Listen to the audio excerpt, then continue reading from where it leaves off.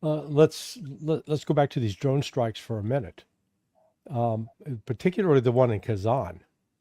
That required NATO ISR, intelligence, surveillance, reconnaissance. That required some technical support on the side of NATO. So the West now is making no attempt to hide its attacks on Russia, that it's helping, aiding, and abetting. I mean, they've been doing it all along for the last 10 years, but now they're just being out and out blatant about it.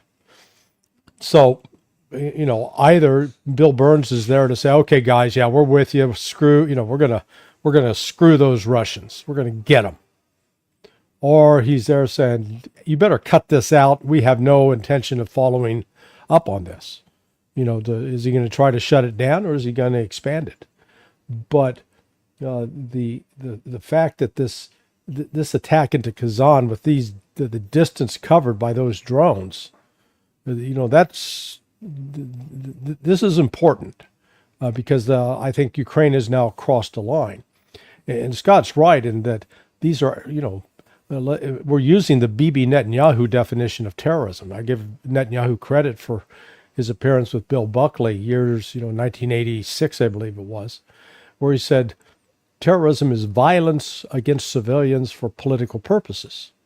That's exactly what's going on. That's exactly what Ukraine is doing. There's not any military objective or purpose.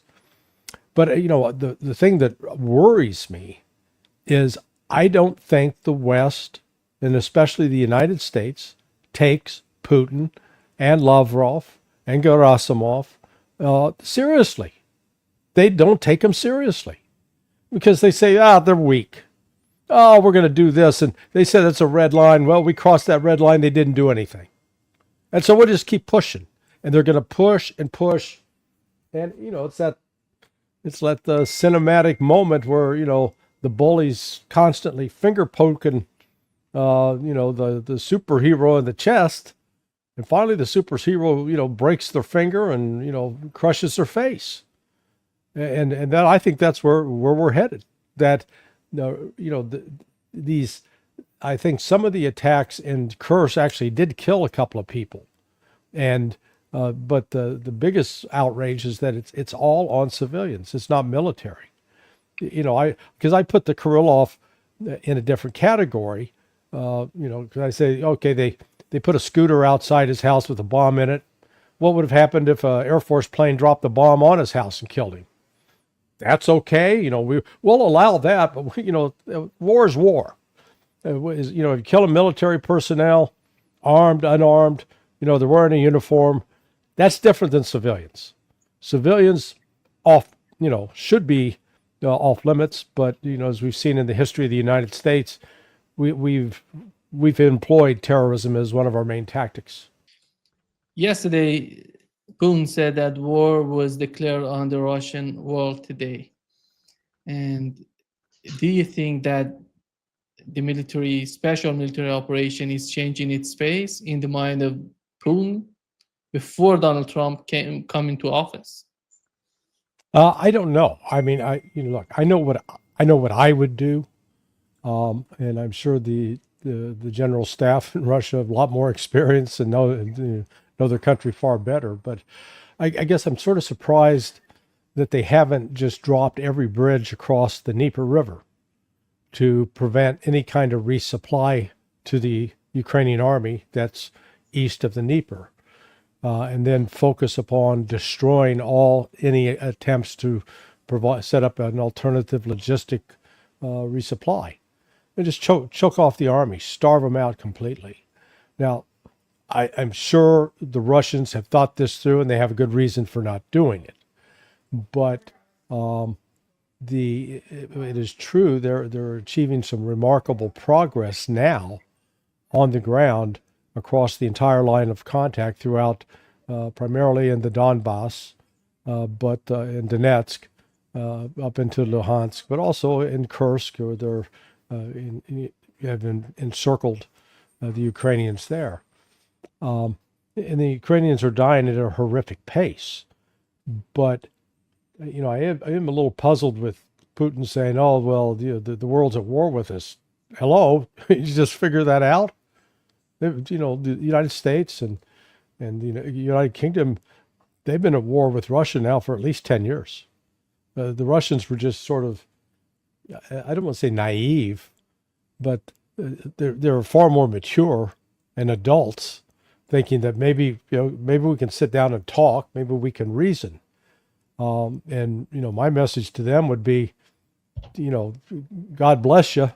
You've got a good intent, but understand that what you're dealing with over here is pure evil. These folks in Washington and London have no intention whatsoever of wanting to sit down and have peace with the Russians and respect the Russians as equals. That's why they're participating and enabling these terrorist attacks. The United States and the United Kingdom, I believe with all my heart, have been directly involved in these terrorist attacks inside Russia. Yeah, here is Financial Times reporting that Donald Trump said to Europeans that he's going to continue supporting Ukraine. And Larry, do you think does it have anything to do with the reality of what's going on in the mindset of Donald Trump, or they're just making things up? Trump is being lied to by his intelligence briefers. And we discovered that when this whole Time Person of the Year coverage came out. And in Trump's interview with the Times reporter, Time magazine reporter, he said that he referred to the terrible loss of life in the war in Ukraine. And he talked about the 600,000 casualties that Russia had suffered versus the 400,000 that Ukraine had suffered, and said it was just terrible, but that's what he was being told. Well, that's, to use Ray McGovern's exquisite term, that's male bovine excrement. That's the MBE, and it's not being awarded by the King of England or the Queen of England. It is nonsense. It's not true. But the point is, if the intelligence community is simply taking what Ukraine's given them and then passing it off as authentic intelligence to Trump or to Biden or to whoever else, then right away you've built in these false expectations, false beliefs that they think, oh yeah, well, Russia's weak. Russia's on the ropes. Russia's desperate for a deal. So by God, we're going to go there and make him a deal. Well, that's a lie. None of that's true. It's just the opposite. Russia's winning. Russia holds all the trump cards. The United States doesn't have anything to offer Russia other than we're going to stop funding Ukraine. We're going to pull out the CIA and close all those bases that we put in Ukraine.